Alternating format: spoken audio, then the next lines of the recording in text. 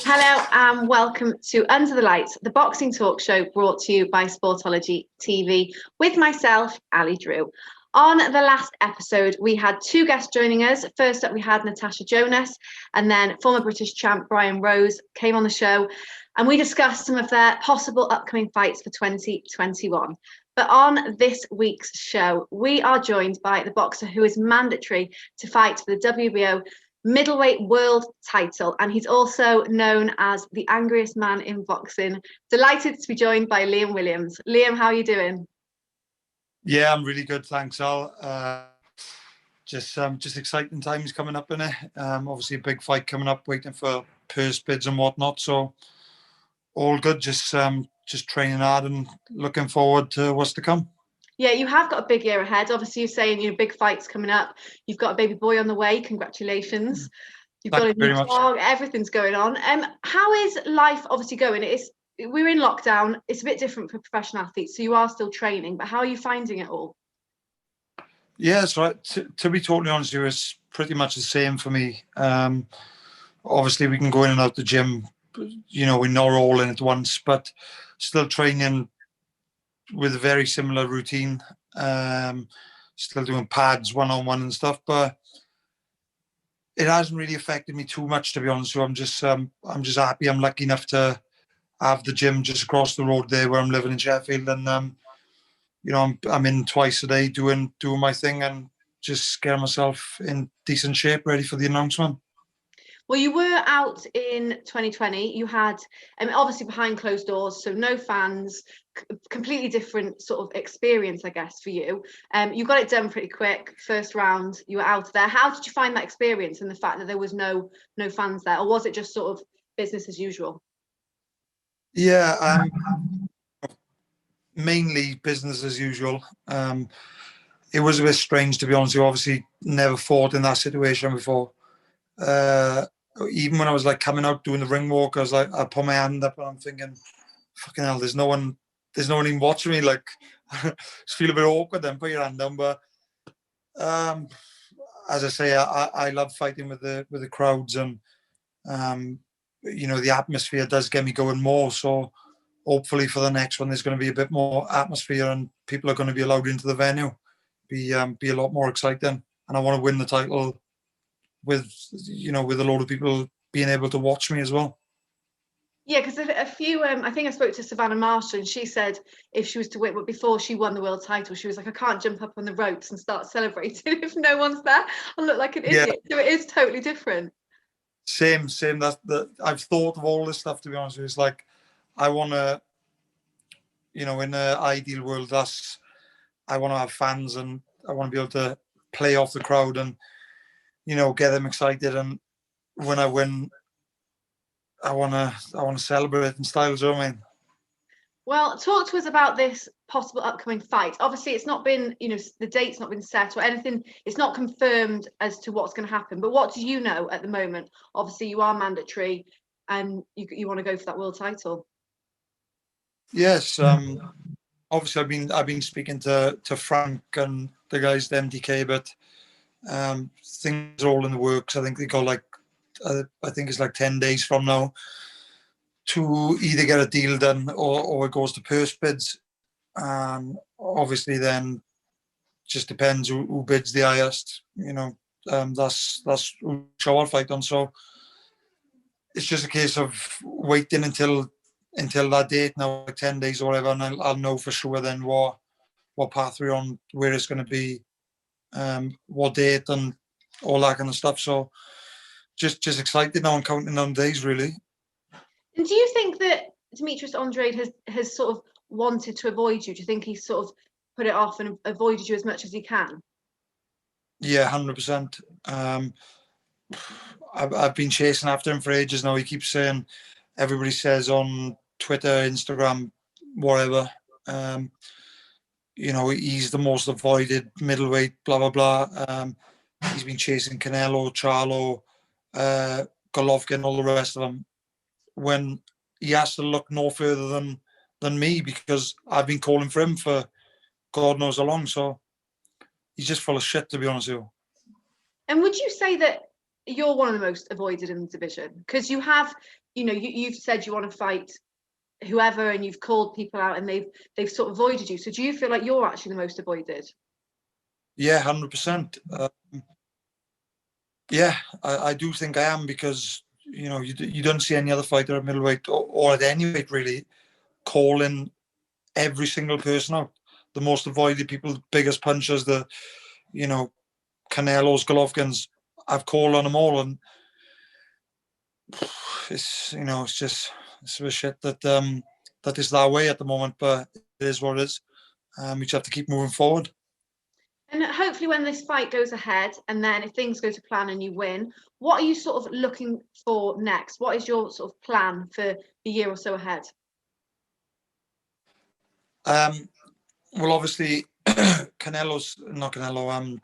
Andrade saying, obviously, he's been chasing Canelo and the rest of them. So, and to a certain extent, I do believe they probably have avoided him a little bit, because of his style, awkwardness. He's a big southpaw, and he's tricky. So, to a certain level, they probably have avoided him. But I think once I go and beat him and get the job done, then they're going to come chasing me, and I'm going to land them big fights. Well, one person who, well, you've said you're happy to fight, you want the fight. Chris Eubank Jr, he has said that he's not really that interested in a fight with you because he feels like it's a step backwards. But if it's what the fans want, he'll have the fight. But he said it would be an execution, I think was the words he used. What do you make of that? Yeah, I think he will, but me to him, not the way he's putting it. Again, Eubank's just an idiot. He's all bark, no bite, isn't he? He just continues to chat shit about people and call people out. He thinks he's an elite level fighter, and I can tell you something now, he's not. And I've definitely got the beating of him. So if once I go and win the world title, I'll give him first defense, no problem. Because do you think it's a British thing that he's sort of wanting to look elsewhere? Maybe he doesn't want to risk taking on another Brit, to sort of risk his status as he sees it. Yeah, probably so. I think although it's a world level fight and it's not a British level fight, I think he's still got that in the back of his mind. Like, if he loses to a British fighter, then it's going to kind of be it's going to knock him back in terms of status quite a lot, So, but it doesn't matter. Like, to a real fighter, then fight, anyone and every comer, So, and I'm willing to do. So obviously, you're wanting the big fights are hopefully going to happen this year. Are you? Because we don't know what's going to happen with crowds and stuff, especially different countries or here. Are you willing to do the sort of world title fight with no crowd, if you have to? Yeah, 100%. It is what it is. You can hold out and hold out. Who's to say that there will even be big crowds again this year, even? So, I'm never going to pass on a challenge, an opportunity. Sorry, to challenge for a world title. So, I honestly couldn't care less. I'll go and fight him in his front room. I don't care. What did you make of sort of some of the bigger fights last year that had to happen, not really behind closed doors? For example, the obviously Canelo Callum Smith fight. It wasn't behind closed doors. They had some fans, but it wasn't the same Canelo, experience. I think with all the massive crowds, all the build up and everything. What did you make of sort of fights like that happening with very little crowd? You know what? It's right. It's good that they even had some fans. As you said, it's not the same experience. But again, just what I said earlier, like, what do? You just have to take what you can get. I suppose we're all just lucky to be fighting, and things are still moving. So whether it's 10,000, 20,000, or just 10 people in the room, I just won my fight. I just won my challenge, and I fully believe I'm going to come away with the win and become world champion. Well, obviously, the Canelo fight, there was a lot of talk of different opponents that he was going to face. Smith got the fight, and there's talk that maybe Billy Joe Saunders might possibly get a fight with him soon. What do you make of that? Do you think that Billy Joe Saunders is almost a better style to beat Canelo than Callum Smith was? Yeah, definitely. I've heard a couple of whispers. I probably think that Billy Joe's going to fight Canelo in May. I think it's rumored for May the 8th. So, but the actual date, you know. Yeah, I think it's rumored for May the 8th. So, okay. I believe it's very close to being done. I've heard from a few people. So, but Billy Joe, he's got a great style to beat Canelo. Canelo's like, if you watch him against any other southpaw, such as Lara, for instance, him, who else? Trout. Was it Trout? I think it was Trout who caused him a couple of problems. So southpaws, good movers, fast on their feet, and I believe they're the ones to beat him, to be honest with you. And who's better to do that than Billy Joe? He's got very good movement. He's got fast hands. He's a southpaw. He's got all tricks in the book, and I think he's definitely got the style. As long as he can handle the pressure that Canelo brings and the intensity that he brings for a long fight. Because being realistic, I really don't think that Billy Joe's going to come close to knocking him out. So he's going to have to outbox him and maneuver his way to a points victory. At the moment, what division do you think is the most exciting? I think super middle are very good at the moment. There's a lot of big names there. Other than that, I would say probably lightweight. So you've got obviously Lopez, Tank, Garcia. Lomachenko, everyone's just him off now. Lomachenko, yeah, sorry. He should have been probably first or second, to be honest with you. Yeah, but that's a really good. Obviously, you've got your Anthony Joshua and Fury thing going on, but in terms of a divisions as a whole thing, I definitely think probably middle or lightweight. Well, talking of the AJ Fury fight, that is a fight that we're hoping to see this year.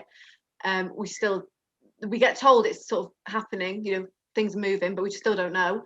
What's your sort of prediction for that? How do you see that going? Honestly, I think Tyson Fury, he just outmaneuvers him out. I think Fury burned his head out, to be honest with you.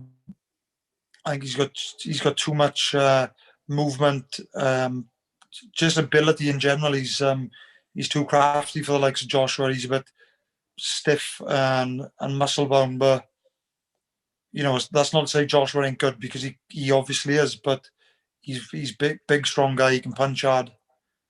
But I just believe Fury will he'll just outmaneuver him and burn his head out a little bit. Is there any other sort of fights other than the ones you're looking at for yourself that you want to see in 2021? Any exciting fights you think will happen? I want to see Crawford versus Spence. That'd be a very good fight. I'd like to see Lopez against Davis. What's his first name? I've gone blank. Davis. Tank, yeah. So I'd like them to fight each other. Obviously, Fury, Joshua, Billy Joe and Canelo's another one. There is a lot of good fights to be made. Who else? There's bound to be some more there.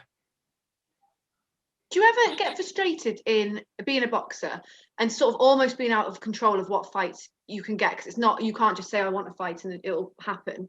Do you ever get frustrated that it actually, when good fights should happen and probably could happen, that they don't, for whatever, reasons, political or whatever? Yes, it's crap in it, to be honest with you, because a lot of the time, to be honest with you, like for instance, me and, well, anyone, any other middleweight, I might want it, the other guy might want it, but sometimes the managers or the promoters are sometimes too stubborn to do a deal with each other, and they just don't want to. They just don't want to allow. I don't know what it is, but they just sometimes they go their own edge too far up their asses, and they just need to get it done for the fighter. Yeah, that's why I've heard a lot of people saying, recently they should get rid of all the different belts in each division and just almost have one, and everyone who's around, the top of that division they have to fight, and that's it. There's no avoiding. You just either you fight or you're not in the top 10 of the division, basically. Yeah, you're right. That would be fantastic, but to be honest with you, I don't think that will ever happen. There's too much money being made from each sanctioning body and whatnot. So, do you know what? Even if they just for instance, I win my next fight, I win a world title, I have to fight number 2. If I don't, then I give up. Simple as that. I just think that there shouldn't be any voluntaries. The best fights the best. Simple as that. If you don't want to fight the best, then you give up your title and then let the next man go. Yeah, because I suppose then it takes out any of the sort of mandatory ones who end up waiting 1,000 days or whatever to fight for the title, even though they've got themselves in the position, or they fought an eliminator for a title, they've won, and yet it's still not good enough to actually get the fight. Yeah, it's ridiculous, isn't it, to be honest with you, because I've seen the likes of Dillian White. Didn't he wait 3 years as mandatory or something? Yeah, a long time.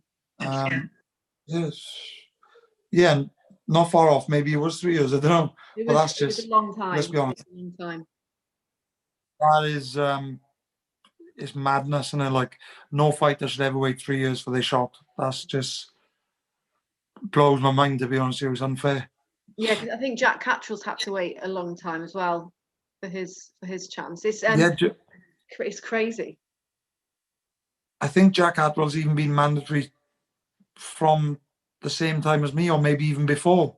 Yeah, probably before. Yeah, I think it has been a long time. I mean, he's now waiting for the I think undisputed after they've had that fight. I think is what he's waiting for now, and he's been promised. But then he's been promised the fight, but then it still something could happen, and that doesn't go ahead. Yeah, but how many promises do you hear inside boxing? It's full of crooks, to be honest with you. But it's just one of them. I mean, you have to take what you can get, and you can try your best. That's why you got to have a good team around you, which I believe Catterall has, because he's got the same management as myself. But it's just one of those things, isn't it? So sometimes you can fall lucky, and other times you can be waiting around forever. And as I said, it's a bit unfair, really. Yeah, because boxers' careers aren't long. You've got a short period of time to achieve what you want to achieve, and it's a shame if you're being forced to wait for those opportunities. Yeah, exactly. As you said, it's a short career, so you got to make things happen and make them happen sharpish if you can. So you can win your titles, earn your money, whatever it is you want to do, and off you go. Well, you have a very exciting 2021 ahead of you. We hope that you get this fight ASAP and you can get your shot at the world title. But have you got a message to any of any future opponent this year that you could potentially have? No, just everybody knows I'm the man that will fight anyone, whenever, wherever, doesn't matter to me. As I said, I'm looking forward to this next fight. Really excited. I'm hoping it's going to be end of March, maybe. So fingers crossed. We'll know a bit more in 10 days. But other than that, my focus is on Demetrius Andrade, and I've got no doubt at all that I'm going to go and beat him and take our title away.